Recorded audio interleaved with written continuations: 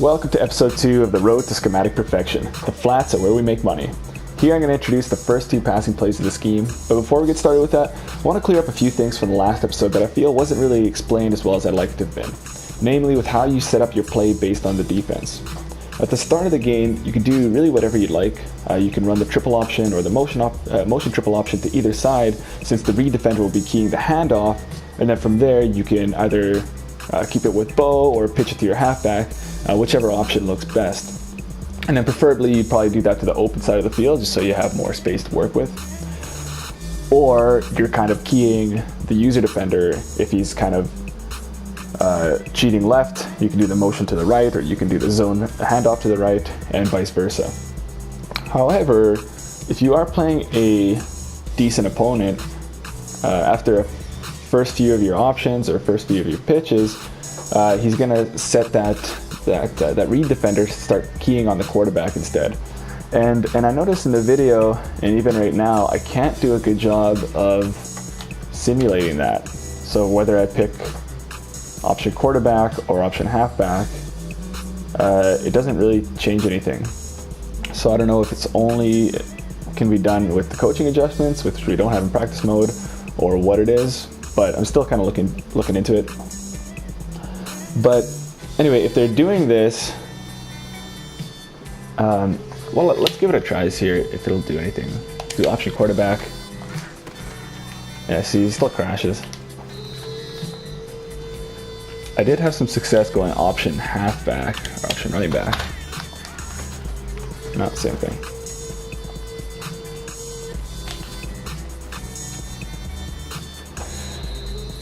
Anyway, what'll happen is that read defender will stop, and then you'll just pitch it from there because the pitch defender is either that far cornerback there or that deep safety, and they'll never be able to make the play. So that'll work all the time if your defender or your opponent is using auto flip, because their slot defender will be lined up on top of your slot receiver, and then your option side will be free to do whatever you want. However, if they aren't using auto flip, which a lot of people do because say they like their blitz to come in on the left side every time or whatever,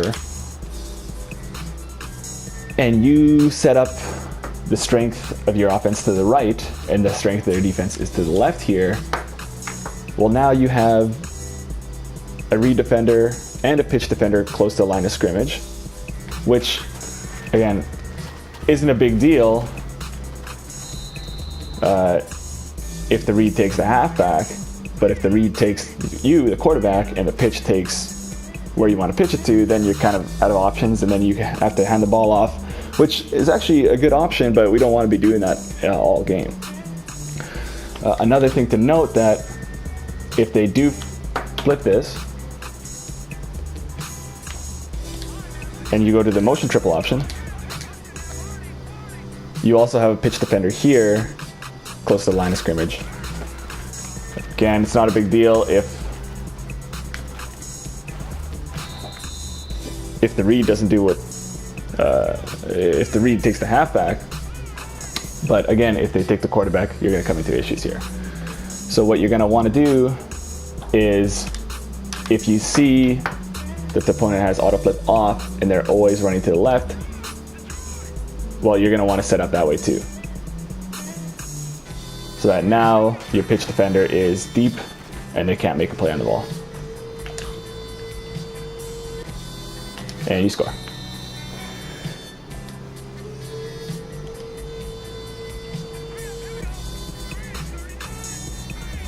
Now, I want to say that if they do this, if you notice that they do this and they base align, well, it doesn't matter anyway. Okay? I mean, a lot of times base aligning will kind of screw up the read and the pitch. Sometimes the pitch won't even be there, or sometimes the read won't even be there. So you got to keep an eye out for that. But in this case, the better option would be to do the motion, because you have one less defender there, and you dominate.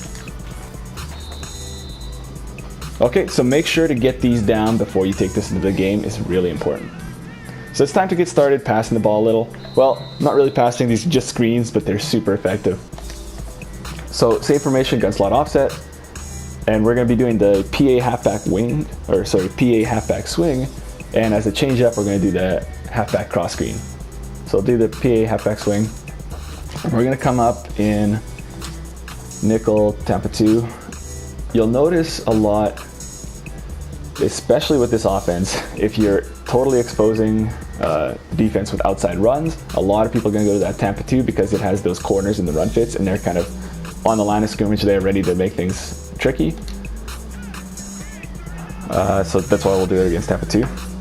Now, you'll want to run this play to the open side of the field. We want more space. Let's see how it works out.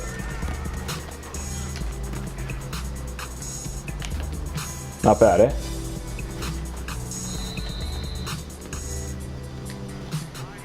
So let's take a look at what happened here. Okay. So you have a motion here. The same motion, by the way, I don't know if it's identical. There might be a key on it. But the same motion as the motion triple option. So your opponent might be expecting that triple option, but you're doing the swing pass. And what you're going to do is you're going to wait till your halfback gets kind of a third of the way to the boundary. And you're going to just throw it with no pass lead, just bullet throw. And you're going to let the CPU catch the ball, and then you're going to take over. What's great about this over other swing passes is that your receivers are in run block assignments. So no matter what your defender does with the, if they do a hard flat or whatever, or manning up, they're going to get blocked. And if you have those great run blocking wide receivers, they're going to get blocked well. It's going to leave you outside one-on-one. You're going to make somebody miss. Hopefully this guy's not too close, so you can just run by him. I made a mistake by going too close to the sideline. That would have been a touchdown otherwise. Okay, so I'll show you against hard flats. Sorry, I'll actually press and I'll run a hard flat. Sometimes I will say there's a block shed, but it's pretty rare. Look at that.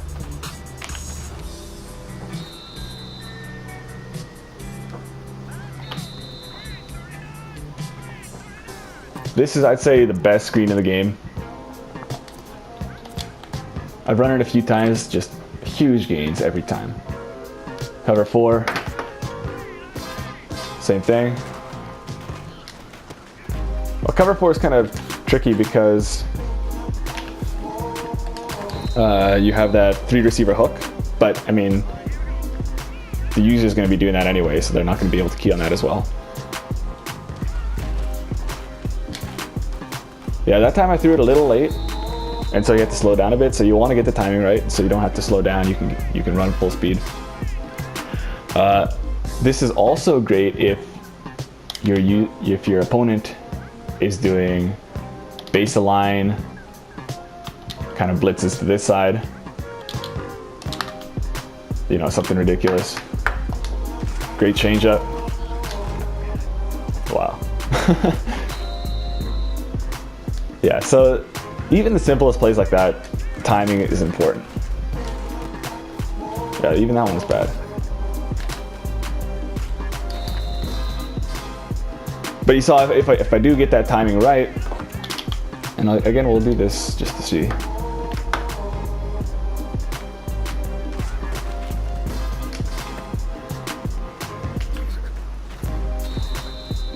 Works out really well. There was one defensive coverage that I found that it wasn't great on, but it still works out. So PA halfback swing, and we'll do cover 3, and we're gonna put that slot defender in a hard flat. Let's see if okay, that time the guy picked up the block. But when I was playing around with this last time, the receiver's having a hard time picking out the block. But I guess it's not a big deal, actually. Well, now the outside receiver's having a hard time picking out the block. Yeah, sometimes weird things happen in this game. This is curl flat. Get that. See, that was a nice. When you have the timing right, you're going to get something nice like that. Let's check that out again. See that? And he almost gets like a bit of a boost, too. And then there, I probably would have spun that and then dealt with Derek Johnson or whoever that is. let's do cloud flats, see if anything's different there.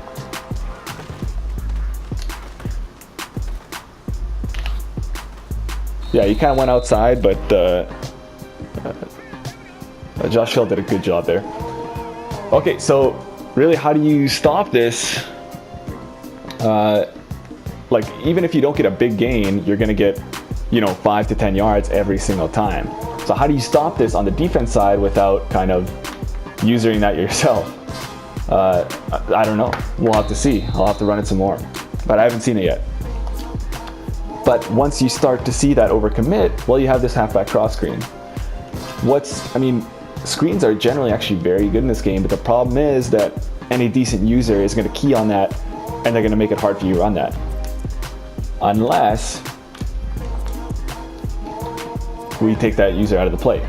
So let's pretend they're kind of overcommitting to that swing. And then you have the screen here.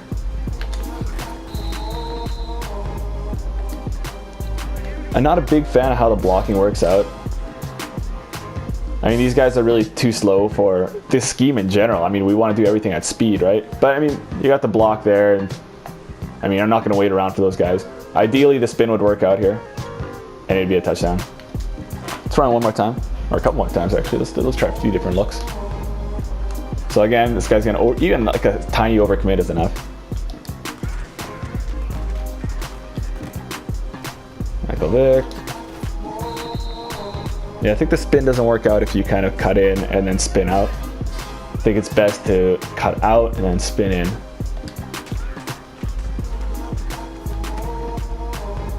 Like so. Yeah. Now, if you notice that you have a wise user and he sees that screen, so he kind of cheats a bit this way, well, you still have that swing. I mean, it's not as great because you don't have the blocking, but it's still a good option. Most screens don't have that other option. If you have that other option, take it every time. Now, before I finish up, I want to show you one more thing, and that's how this can be effective in the red zone. Okay, halfback swing. Let's go something heavy. 3-4 bear. Let's just pick the cover 2 invert. And let's see how this works out. Hard flats. Oh, okay, that was unfair. And it's back catch anyway. I need to get off that defender. We'll do this backside corner. Hard flats. Right, hard flats. Okay, so in that case, so that's interesting because, I mean, other than the bad throw, Josh Hill didn't get that block off. Is there a way that we can, let's just try it first of all without the hard flat. Yeah, without the hard flat, it's great. Hard flat can muddy things up. I'd look to see where the hard flat's coming from. Is it coming right here at the line of scrimmage? If so, I would avoid it, because I mean, he might get glitched out and you get the touchdown anyway. But if you see somebody running straight up Tampa 2 hard flat in the red zone, I'd say this is a better option because the blocker is lined up on them. So in this case, hard flat. Let's see if I can get a decent throw in. And that time he had a block shed, but whatever, we'll juke him.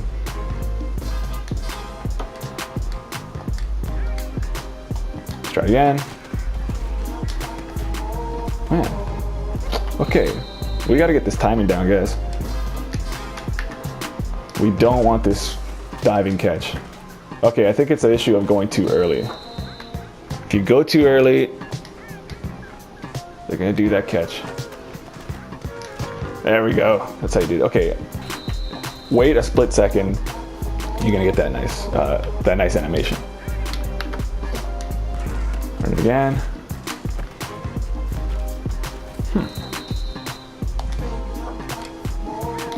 I think that was early again. Still a little early, but it worked out well. Okay guys, get that timing right. You got yourself an option in the open field for, really these can turn out to be big gains, big touchdowns. You got Barry Sanders, you got Michael Vick, you got your jukes, you got your juke moves, your spin moves, and now you also got an option in the red zone. So we're starting to move along here. We're starting to get dominant. I would say that even with these 4 plays, you can start winning some games. And to be honest guys, I have been, and I got some clips ready for you for the next one. Okay, see you then.